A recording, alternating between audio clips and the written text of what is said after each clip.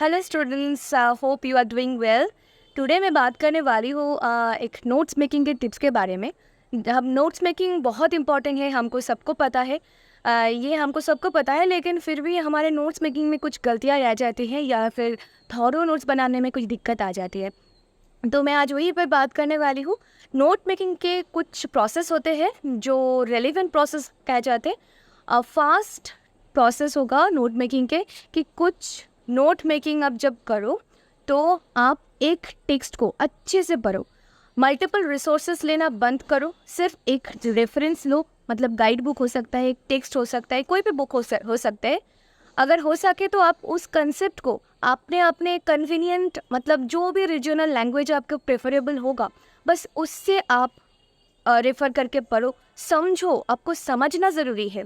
आपको बहुत सारे मल्टीपल रिसोर्सेज लेके बहुत सारे बात को एक साथ दिमाग में उसको हौच-पौच नहीं बनाना है। बस आपको शांत से बैठ के आपको एक टॉपिक को, एक कंसेप्ट को ग्रिप करना है। इसके लिए आप एक ही रिसोर्स को हैंडी रखिए, जिससे आपको समझना इजी होगा।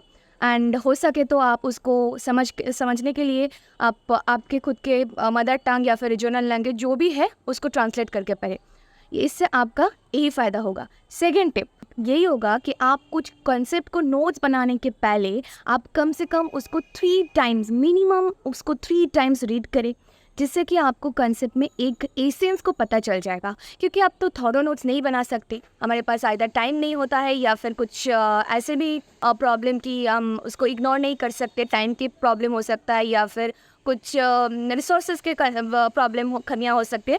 तो उससे आप आपके रिसोर्सेज जो आप पढ़ रहे हैं या आप फॉलो कर रहे हैं, बस उससे आप कंसेप्ट को 3 टाइम्स रीड करें। उससे आपको आप उस टेक्स्ट का या फिर उस फ्रेज़ का या फिर वो जो पैराग्राफ है उसका एसेंस आपको पता चल जाएगा। एसेंस को पता चलना बहुत ज़रूरी है, क्योंकि आपको नोट पर काम करना है। और नोट्स पे काम करने से पहले पेन पेपर या फिर टाइप जो भी आप करो, तो उससे पहले आपको उसके एसेंस को पता करना ज़रूरी है। And third one, this is the powerful tip, that is आप जो एसेंस आपको पता चल रहा है या फिर कुछ सेंटेंस आपको पता ना भी चले कि इसका एसेंस क्या है, तो आप देखिए उसमें से कीवर्ड्स, क्या स्पेशल कीवर्ड्स है उस सेंटेंस में, जो स्पेशलिटी बन रहा है वो कीवर्ड से, या फिर इस सेंटेंस का एक नेचर बन रहा है। मतलब वो कीवर्ड्स नहीं होते तो इस सेंटेंस का कोई मतलब नहीं बनता। तो ये कीवर्ड्स फाइंडिंग बहुत ज़रूरी है। कीवर्ड्स को अंडरलाइन कर लीजिए या फिर मार्क कर लीजिए हाइलाइटर से।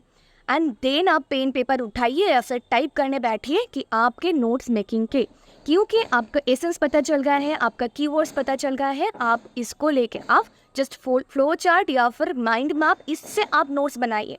नोट्स को थॉरोली मत बनाइए, या फिर बुलेट पॉइंट रेफर करके बड़े से बड़ा नोट बना सकते हैं, लेकिन इससे ज़्यादा नहीं, क्योंकि हमारे पास टाइम नहीं है। और नोट्स हम लोग वही इसलिए बनाते हैं क्योंकि हमारे एग्ज़ाम आ चुके हैं या फिर आने वाला है, तो उस टाइम पर रिविज़न करने के लिए नोट्स के बहुत ज़रूरी होते हैं।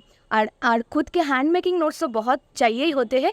तो इसीलिए नोट्स जब बनाइए तब उसको जिस में बनाने के लिए कोशिश करें, जिसमें बनाने के लिए। एंड जिसमें बनाने के लिए आपको ये तीनों टिप्स फॉलो करना ही पड़ेगा। आप एक मल्टीपल रिसोर्स लोगे, एक बार पढ़ के कुछ नहीं नोट्स बना पाएंगे। आपको फर्स्टली एक टेक्स्ट लेना पड़ेगा या कोई भी एक रेफ़र करना पड़ेगा, एक स्टैंडर्ड बुक को, जिससे आपको काम चल जाएगा आसानी से। एंड वो कन्वीनियंट लैंग्वेज में होना चाहिए। And then second one is आपको उसको 3 टाइम्स रीड करना पड़ेगा उसके एसेंस को समझने के लिए। एंड थर्ड वन इज़ आपको उससे कीवर्ड्स निकाल के आप नोट बनाने बैठ सकते हैं। If you like this video please give a thumbs up. Thank you.